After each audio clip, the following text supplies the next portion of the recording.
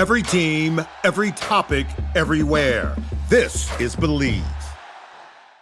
This is Sunbelt Commissioner Keith Gill, and I listen to the Funbelt Podcast.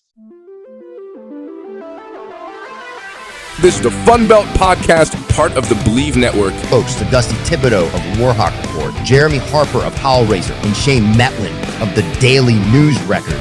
I think it's potentially a very good week for the Sunbelts. But I'm just kind of going off on a random rant. It's just frustrating.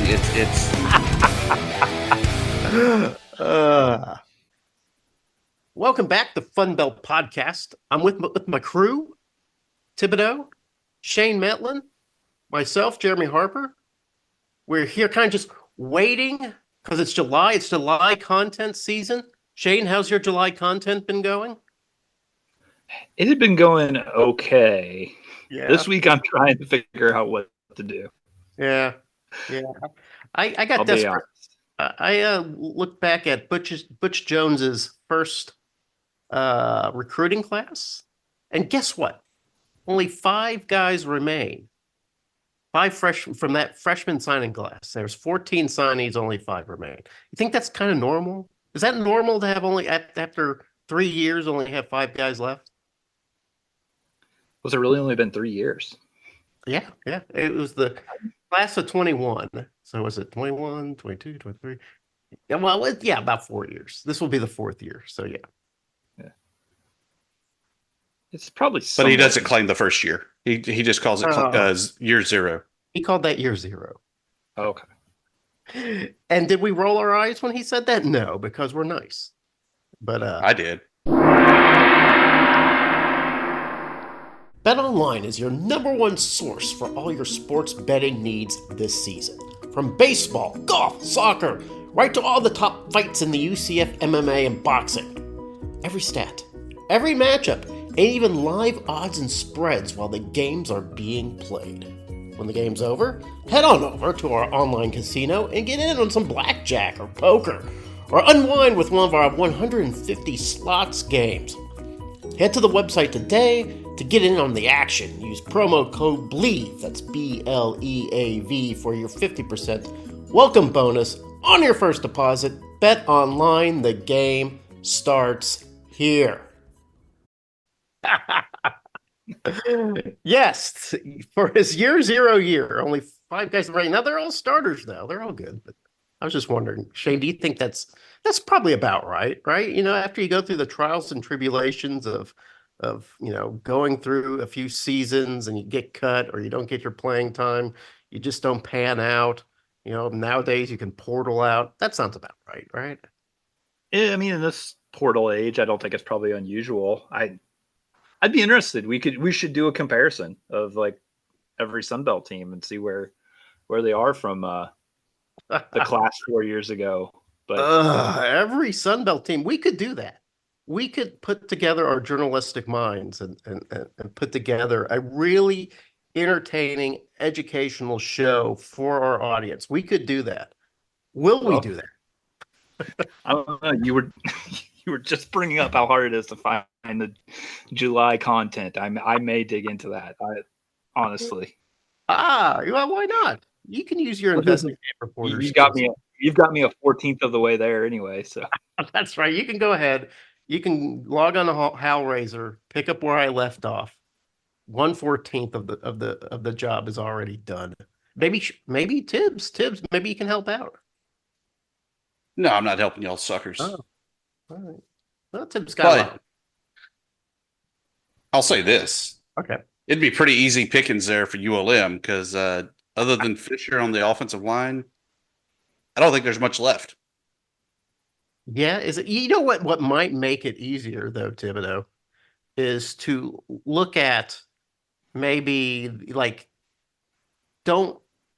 find the programs that have had some stability in the last, I don't know, 3 seasons. Let's say 3 seasons, because it's not fair to look at a class that was recruited by one coach and that coach is taken off and then say, oh, well, they lost all their guys. Does that sound right? I mean, that wouldn't be fair. So maybe you just you got to remember, 4 years ago, we're looking at COVID, the peak COVID recruiting. Yeah. Yeah, you got to factor that in too. I didn't even think about that. Huh. I See, think that probably led to a lot of guys transferring too, like beyond just the madness of the portal yeah, itself. There were a lot of people, they didn't take visits to their schools. You can hardly blame them if they're like after a year or two, like, yeah, this wasn't quite what I thought it was. Yeah, I mean, there were a lot of guys that were recruited and committed over FaceTime during COVID, and of course they're not going to show you, maybe the potholes in the parking lot or anything like that. They're only going to show you the highlights of the yeah, but campus. So maybe when you get there and you look around, you're like, this place sucks. yeah, but maybe there's a reverse there too, Tibbs. Like they get there and the guy only weighs about 115 pounds and he's only 5'2", but he looks really big on his FaceTime. You're like, oh wait, And He's got a big neck. we got catfished. you didn't meet your teammates or like your No. coaches in person. Like, you can't hardly blame any of those guys who signed in 2020 if it didn't work out after a year. It always blows me away that Old Dominion just didn't play any. They were just like, nope, we're not even gonna have a season. It's almost like maybe more of us should have done that. Old Dominion was like the responsible program. So we're just gonna cash our chips, wait for next year. What They were was like Arkansas State's COVID record? COVID? Well, what was it? I think we won like 2 games. It was rough. Yeah, It was rough. I gotta look. Yeah. Shane, Okay. what did the mighty Dukes do for COVID? In FCS, they played a spring season. And their And record they made was I don't remember what the record was. They made it to the national semifinals and got upset by Sam Houston. not an upset. I loved the Bearcats of FCS. I don't like them now that they're in Conference USA, but I loved the Bearcats when they were FCS. But don't besmirch the Bearcats in the presence of Thibodeaux, okay? Because he will claw back at you. That's old school Southland, man. I know, old school. Fellas, let me ask you a question. When you do your July content, or when you're trying to bone up on opponents, like perhaps Thibodeaux, you're looking at ULM's schedule and you want to kind of learn a little bit more about the opponents that's going to face in 2024. Is there a certain name or publication you reach out to in order to get the most precise, the most up-to-date, the most penetrating information? Not Lindy's. They're Oh. first to market, but man, their prediction is way off. They talk about players that like Aiden Hutchinson that are no longer with the Warhawks and how they're going to be. He's going to be a solid piece of the defense. Yeah, he'll be a solid piece for Tulane's defense, but not for the Warhawks. Yeah, if you're going to do a publication, you got to wait until that last portal time opens and closes, right? You got to wait until, what was it, in June? You got to be ready at the end of June to publish, right? How about you, Shay? Is there somebody that you reach out to, some publication, some yearly tome that you pick up? Yeah, well, don't ask me how I know, but Lindy's deadlines are way too early to to get the accurate information as a. I am not going to ask you how you know that. Yeah, if you have a problem with any particular Sunbelt team's write-up, it's because the deadline was very early. But no, I think we know where this conversation's going. Oh. There is okay. publication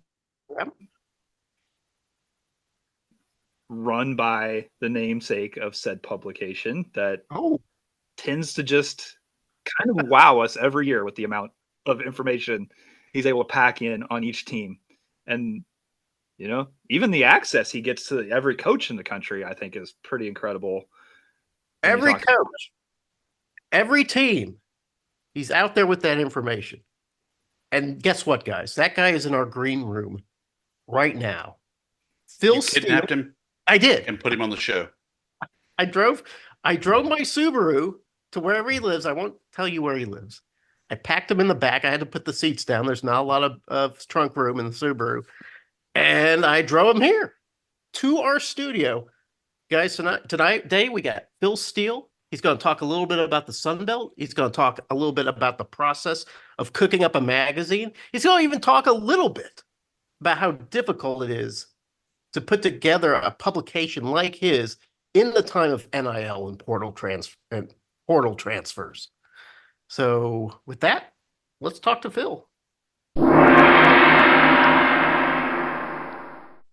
Joining us on the show is the Prince of College Football Prognostication, Phil Steele, who puts out, I'm going to just say it, the very best college football preview magazine in the country. He's been doing it for years. Always is just dead on about the Sun Belt. People have been covering the Sun Belt for years. They're always generally fairly wrong. But Phil Steele has always been dead on. Phil, welcome to the show. Hey, a real pleasure being on. Always enjoy talking about the Fun Belt teams, guys. Yeah, great. So my first question for you before we dive into the magazine, which by the way, that's what I did as soon as I bought it, just start pouring through the stats over a beer. We were talking a little bit off camera or off audio about the difficulties of the transfer portal, how it's changed not only college football, but what you do, Phil. Phil, can you explain how the transfer portal has altered the way that you have published the magazine? Yeah, and we used to go to the press probably the middle of May, and I knew everybody's roster down pat. I mean, once spring practice was over, the rosters were set, and we're all set and ready to go. Now with the second transfer portal opening up and closing on April 30th, it forced us to push the magazine back further than what we normally do. And we not only went to the press after the portal closed, we went a full month and a week. So we were able to capture all the players where they landed, and I think that's very important in the magazine. All the players that pretty much are going to contribute this year have signed by June 7th. School had opened, players had signed, and so we were able to capture all that. But we did have to go to the press later than normal, June 7th this year, to make sure we got all the last moves in. And I was getting texts from coaches 2-3 days before our magazine deadline. Hey, add this guy. So we were able to capture everybody, but it makes it a little bit more difficult with that portal.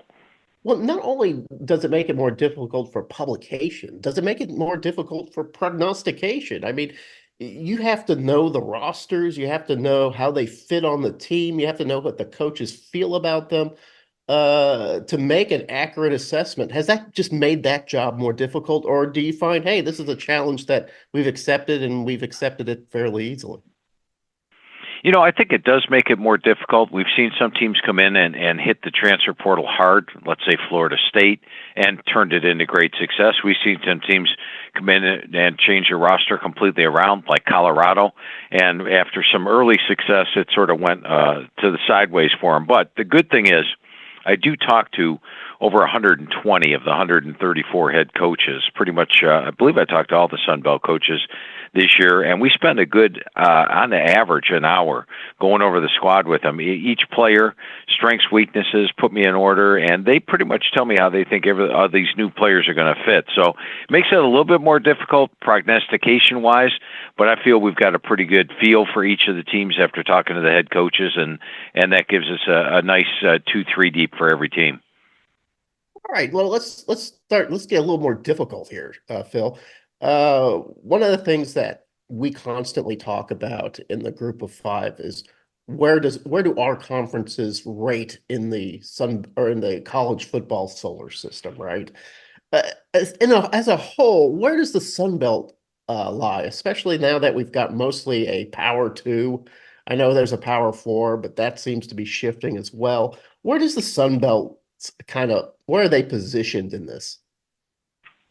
Well, I think you'll be pleased that last year when I rated the conferences, or this year going over last year's teams, I actually had the Sun Belt number 6, right behind the Power 5 conferences. So the top of the group of 5 conferences last year, the Sun Belt, followed by the Independents, followed by the Mountain West, American MAC, and CUSA. Now, this year coming into the year, the Sun Belt lost a ton of talent.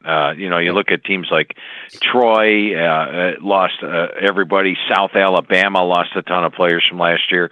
ULM lost a ton of players. I actually have the Sun Belt rated 6th again, but this time the Mountain West jumped past them in my preseason rankings. That doesn't mean at the end of the year the Sun Belt can't get back there to be the top Group of 5 one, but last year I had them rated the top Group of 5 conference, and this year they're right near the top. Well, it's hard to argue with the Mountain West. Those guys play really great football. We have a lot of respect for them. Of course, we have a lot of respect for you, Phil Steele. So we will accept that from you. Appreciate that very much. The Sun Belt is the only conference playing divisional football these days. Who do you see rising? Thank goodness. So you're anti-division. No, I'm pro division. Okay. Have you ever tried to forecast an 18-team conference, for crying out loud? I'd much rather have divisional play. So I like the fact that the Sun Belt actually has divisions. I think it makes it easier to forecast based on the schedule, the crossovers, things like that. Pro divisions. I hope some of these monster leagues actually go to divisions in the near future. My partner Shane is on with us. Shane, are you pro division or anti-division? Are you an anti-divisionite? I'm pro-division, especially for the Sun Belt. It just makes a ton of sense for the Sun Belt to keep it the way it is. I mean, the geographical whole was what brought the league together to begin with. So it makes a ton of sense. And like Phil said, try to predict 1 through 18 or figure out the schedule or anything like that. It gets crazy. It makes so much sense for the Sun Belt to stay where they are, even if the other teams other conferences aren't going to do it. Yeah, it makes our jobs a little easier, right? We can still have people like teams that are still in the race, even if they wouldn't be in the race in a 12-team, 18-team, 16-team conference. So that makes it good for us.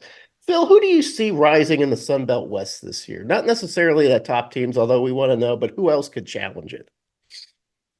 Well, Troy has pretty much had the control of the West the last couple of years. But when I look at it, Troy did lose a ton of talent. And there's actually, to me, the 3 best teams in the West this year are actually Texas State, Louisiana, and Arkansas State. And I'll touch on them quickly. With Arkansas State, love the job that Butch Jones is doing. Done a great job with the special teams.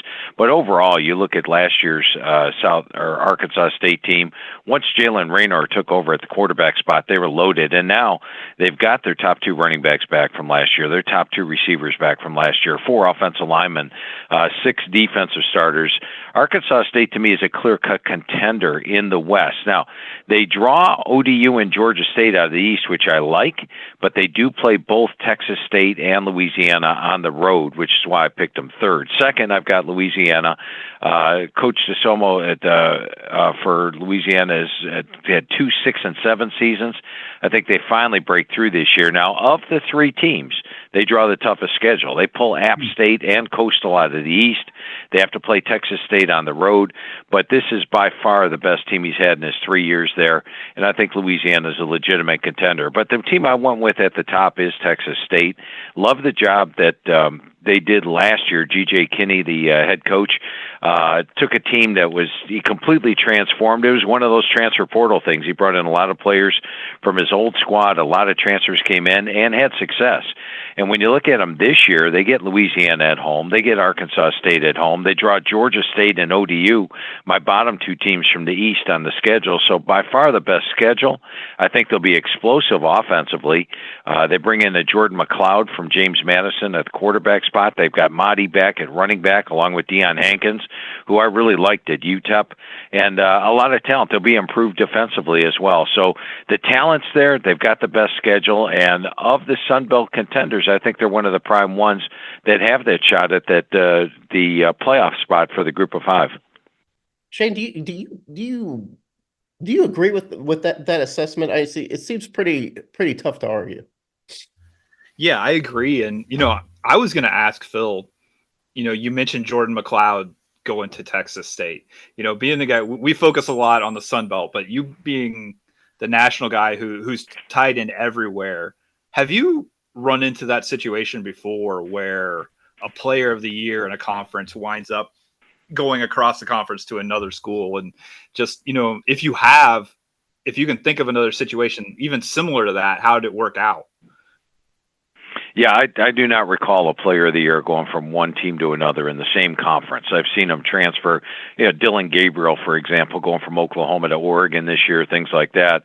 But I think it's going to work out for Texas State because, look what happened last year. They brought in TJ Finley, a transfer recruit, and had himself a great year. McLeod was a guy that, they were high on at James Madison last year, and Signetti was very high on him. Turned out to have a good year, and I got to think he's going to fit that system well. So shifting over to the Sun Belt East, the Sun Belt West for a long time now has been sort of a Donnybrook, right?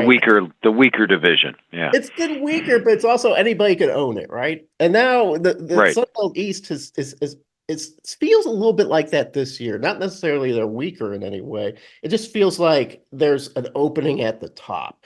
Who do you see kind of excelling in the Sun Belt East? I'd have to put 5 teams in contention this year. Number 5, I'd put Coastal due to the fact that they actually play the toughest schedule. I know they lose Grayson McCall, but let's face it, he wasn't there for half the year last year. But they draw Troy and Louisiana out of the West. Beck is in the second year. I think they have talent, but the toughest schedule of the 5, and that's why I had listed them 5. James Madison, I've got tied for second. And when you look at, I just recently went through every game on the schedule and predicted who I had favored and who I had a dog. I actually have James Madison favored in 6 of their Sun Belt games, so they might just be second. We'll see what happens with Georgia Southern and Marshall. But Chesney steps into a tough situation. A lot of players left for Indiana. I know going over to the Indiana team with Coach Signetti seemed like he had a lot of stars he brought over from James Madison. But they bring in Dylan Morris from Washington. I think he's going to do well at quarterback. I like the running back core with Petaway and Adea coming over from North Carolina and North Texas. Cam Ross coming in from UConn. So they've got talent there. They just only have 7 starters back. I've got them tied for second. When I went over the team with Coach Helton, he feels this is by far the best team he's had. And I'll tell you what, he surprised me his first year that he was there. It's year 3 for him. Year 1, I've seen the teams go from the option to a pass offense. It's generally a 2 to 3 to 4 year process before they actually have success. And he had success year 1 there. And he really feels strong about this team, top to bottom. Jalen White at running back, you got to love. The defense is strong. Watch out for Georgia Southern. He feels they're a legitimate contender, as do I. I do have an underdog at Coastal and at South Alabama, which are a couple of questionable games, some pick'em games. I think the App State game could be huge at the end of the year because Georgia Southern's tough to beat at home. And then Marshall, I know they lost their quarterback, Mitch Griffiths, but Griffiths was just one of 3 quarterbacks competing for the job. They're shifting to more of a spread offense. The main difference between Marshall this year and last year, I think, is that defensive line. Michael Green could very well be the preseason defensive player of the year in the Sun Belt, or postseason, I should say, defensive player of the year. I don't know if we get that much accolades coming in, but Coach Huff was extremely high in Green and the defensive line overall. Says it's comparable to the unit they had 2 years ago. And if it is, I think Marshall's a legitimate contender. Now, they do have to play Georgia Southern on the road. They play James Madison on the road. So they've got some tough games on the schedule. App State's going to be huge as to whether or not they can win. And they get them at home. But the team I picked for the top at the East is App State with Sean Clark. And once again, Sean Clark last year when I talked to him, they were coming off a season of 6-6, not making a bowl. And he said, Phil, if anybody's going to be in charge in this type of situation, it should be me. Look what happened. They went 9-5 last year, had a really good year. And I think this is the best team he's had yet coming in. Joey Aguirre at the quarterback position is perhaps the league's top QB. They've got Nate Johnson at the outside linebacker spot. My question mark to him was the offensive line. I mean, they lost 4 starters off the O-line, but he feels that athletically, he likes where they are on the offensive line, feels they have better length, better speed up front, and could be the surprise unit of the season. And that's really, to me, the key to App State, whether they win the East or not, is how quickly that offensive line comes together. Yeah, App State seems to be like a very strong team, and they're a very strong team every year. I know. I personally, I was a little surprised with Marshall being selected so high. You made some good arguments for them. They came in next to last season, seemed to have a lot of trouble.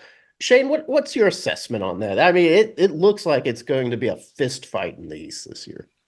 Well, yeah, I was kind of curious if you could tell us more about the Marshall quarterback situation, with Mitch Griffiths leaving or kind of retiring from football.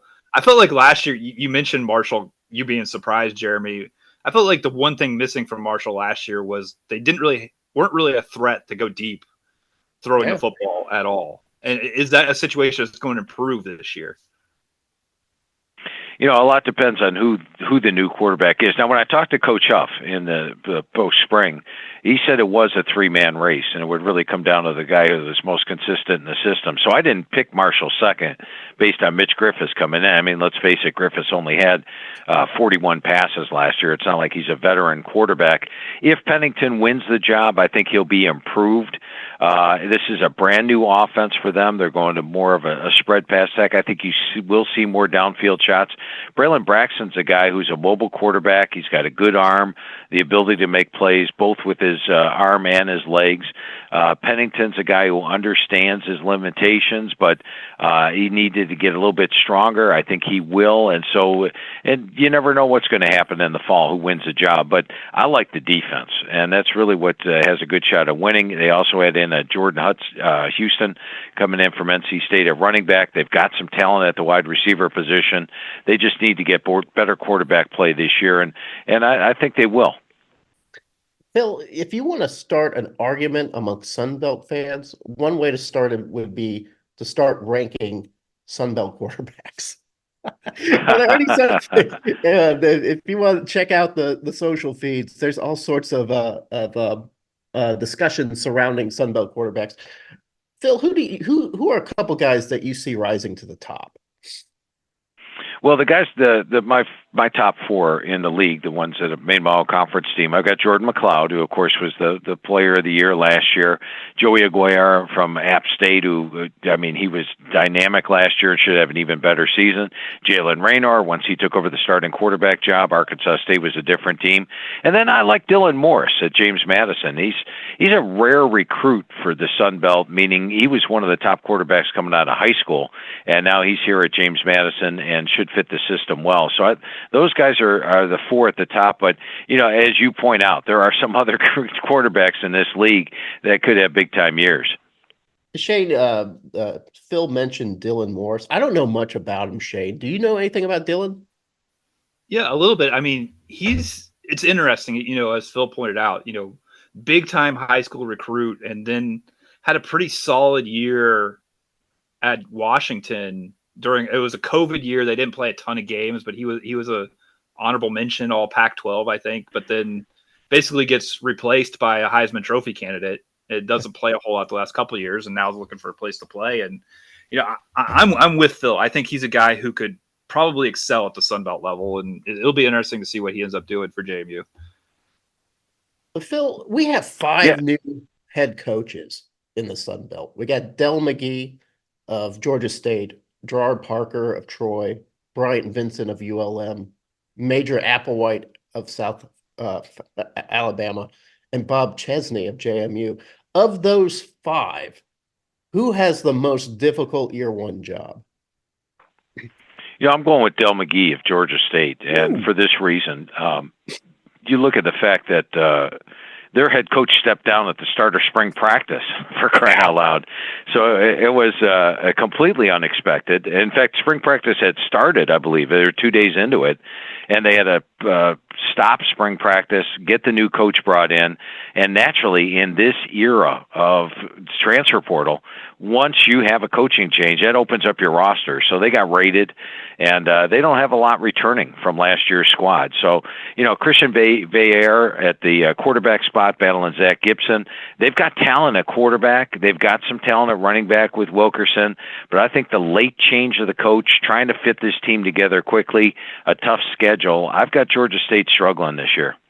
Yeah, I see a lot of excitement amongst the fan base for Del McGee. But yeah, that sounds like a really uphill climb, especially in that tough Sun Belt East. The expectations might have to be tempered a bit. Shane, do you have any like penetrating questions for Phil? Because my list has been satisfied. No, I mean I think he was pretty in depth covering every team, so I appreciate the time. Phil, thank you for coming on to the show and educating us. We always appreciate your insight and wisdom. Yeah, I appreciate that. And, just to let your listeners know, though, if they're looking for the magazine out there, it's only available at Barnes & Noble and Books A Million this year. So we've gone exclusively Barnes & Noble, Books A Million. Don't waste your gas going to Walmart or grocery stores, places like that. You can also go online to philsteele.com and get the magazine. If you get the hard copy, we actually update the digital, or we give you the digital for free, and we update that all the way through September. But if you're a Sunbelt fan, 2 full pages on every Sunbelt team, and we give you the same amount of coverage on South Alabama or ULM that we do as Alabama or Texas. 2 full pages on each team. Phil is not blowing smoke up your butts. This is absolutely true. I can confirm it. I'm looking at it right now. Thanks, Phil, for coming on the show. Thanks for the coverage that you provide the Sunbelt, and thanks for everything. We'll see you hopefully next year when we'll be bragging about you getting all of this information right. I appreciate that. A lot of fun talking Sunbelt football with you guys today. Thanks for having me on. No problem. Have a good morning. All right. Thank you.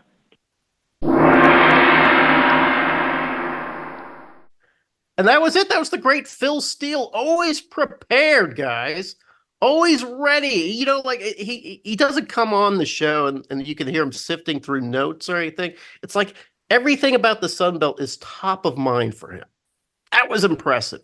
Shayna, concur with me. Yeah, I mean, I think you make a good point. That he didn't feel like he was cramming. No, to do that. No, normally I'd be like he'd put down like somebody like that might confuse a name or forget a coach's name or not really understand the lay of the land or forget that there's a new head coach. Not Phil Steele. We appreciate having him on the show. And speaking of show, I think it's time to end the show, Thibodeaux. Thibodeaux, how do we end these shows? Usually with a zinger that involves Arkansas State not being up to par in some sport. You don't always have to do that. But yes, it's sometimes. Oh, okay. But right before that, there's something else. Oh, we always give our plug promo and parting shot. Yes. Don't you think we should make Shane do his plug promo and parting shot first as we, in our minds, try to assemble a plug promo and parting shot?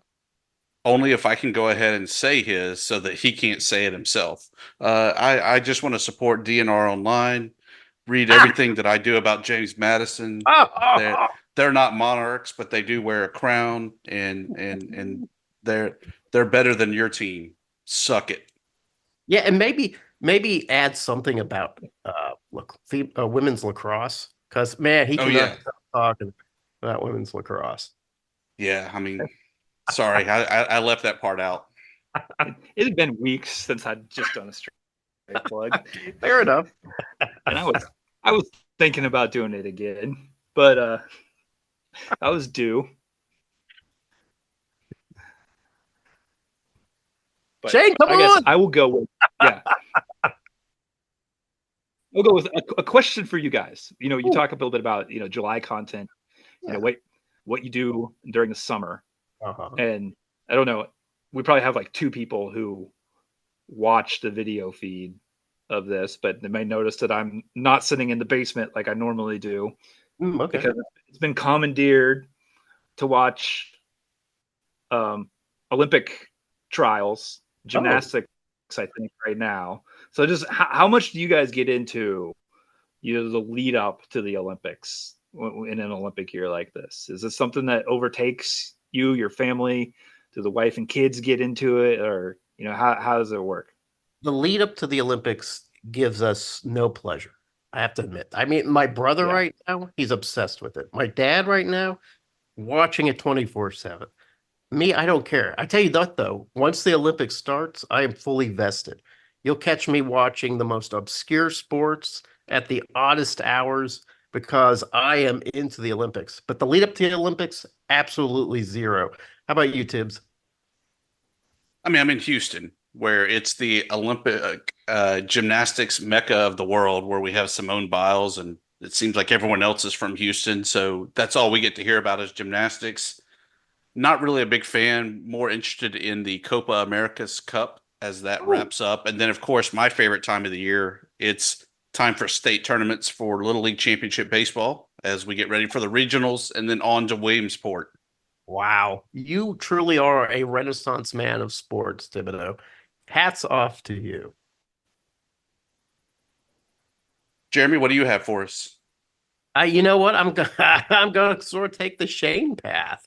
I'm going to promote, all my July content. Hey, man, I put it together.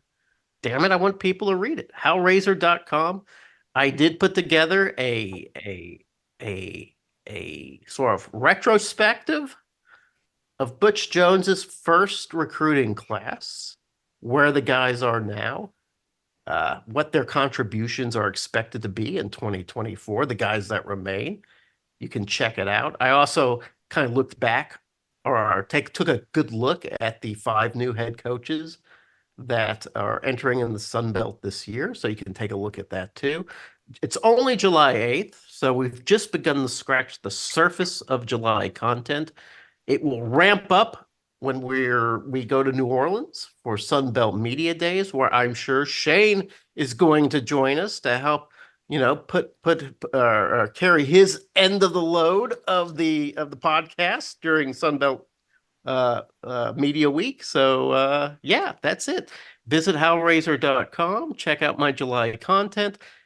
I promise you it'll eventually transmogrify into August content. I'm giving a plug for Louisiana's the land of festivals. Everything has its own festivals. Yeah. Upcoming, though, the second annual Chicken Fest. Oh, okay. At the West Cowcam Fairs, which is right outside of Lake Charles, Louisiana.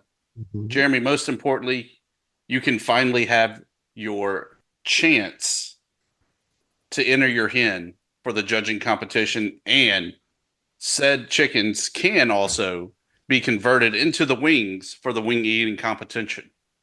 Wow. That's crazy. I would love to go to that. I mean, you go to a steakhouse, you can pick your steak, right? So isn't it kind of cool that you can literally pick your wings? I don't know. Like you could go to a seafood place and pick your lobster. That's almost sadistic. It's kind of like ancient Roman times where you pick your gladiator. Yeah, you pick out the wings, you're picking out the steak, you're picking out the lobster. I mean, haven't we gotten more civilized since then? Aren't we a better society? You guys didn't grow up on a farm. No, we did not. That's the best way to end it. Is that right there?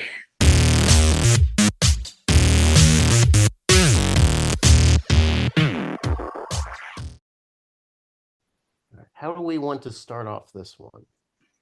Just your show. We're just here along for the ride. Wow. You hear that, Shane? I hope you pay me the proper respect